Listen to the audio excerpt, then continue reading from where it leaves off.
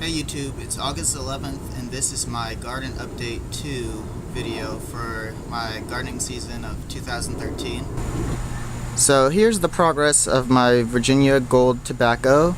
As you can see, it's like booming like crazy. The tobacco plant all the way to the right, I cropped its flowers because the smaller tobacco plant was already producing enough flowers, which is going to produce seeds, and that's definitely going to be over 10,000 seeds for me.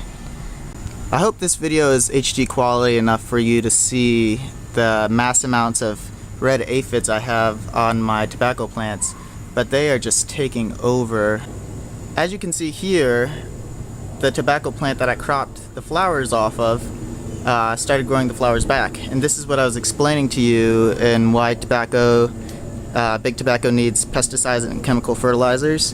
One of the points I made there is that they need somebody to constantly crop these flowers off because they steal nutrients from the tobacco plant.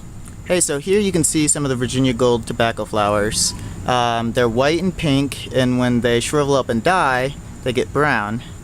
Here, let me zoom in here. Here are the seed pods. So after the flower falls off, a seed pod pops up, and this seed pod, when you open it, has like hundreds of seeds inside of it. As you can see here, these are my 3 tobacco plants that I planted really close together, and they're all growing good, but there's something eating at them, and I'm guessing it's a bug that's eating them at night because I've come at different parts of the day and I still haven't figured out what bug is destroying my tobacco leaves. Here's the progress on my herb garden box. As you can see right now, it's getting a lot of shade, and with the mix of shade and the mix of mulch that I put down, it really doesn't need to be watered anymore. It's taking care of itself. It's starting to flower. Bugs are coming into the garden to pollinate. You have the Thai basil right there. The lemon balm is just going crazy. Mint is starting to flower, and I noticed when the mint starts to flower, it starts to produce smaller leaves, so definitely cut these flowers off before it starts producing smaller leaves. Sage is going crazy, tarragon. The parsleys have actually died down, which I'm proud of because I do not like parsley. And the purple basil. Here's my gourd, pumpkin gourd mashup of leaves and wildness. I've weed whacked it multiple times and it just keeps growing back. But the positive part is it's producing gourds. And eventually these gourds are going to change colors, which is pretty cool for Halloween. Also, the mini pumpkins are already starting to come out. As far as the flowers go, I would say for every 10 flowers it produces, only one of those flowers actually turned into something.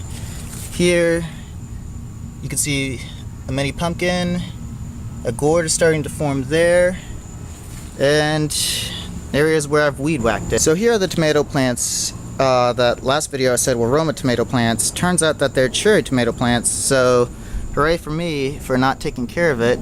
It's producing a ton of flowers, and the best part is some of those flowers are starting to turn into cherry tomatoes, as you can see here.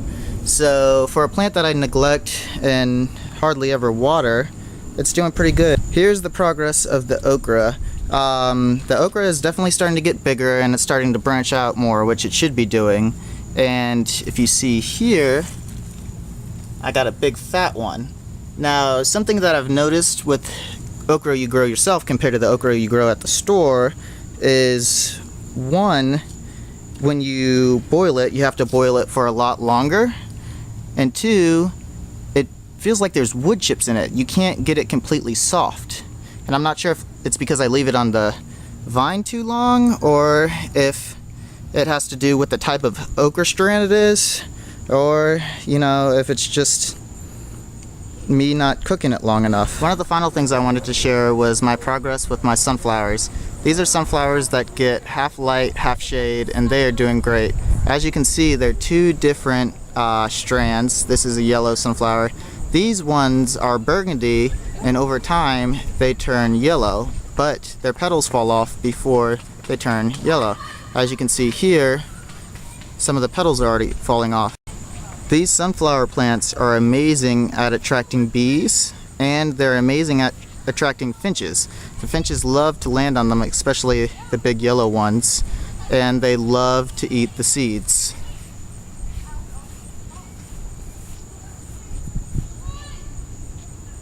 So yeah, thanks for watching.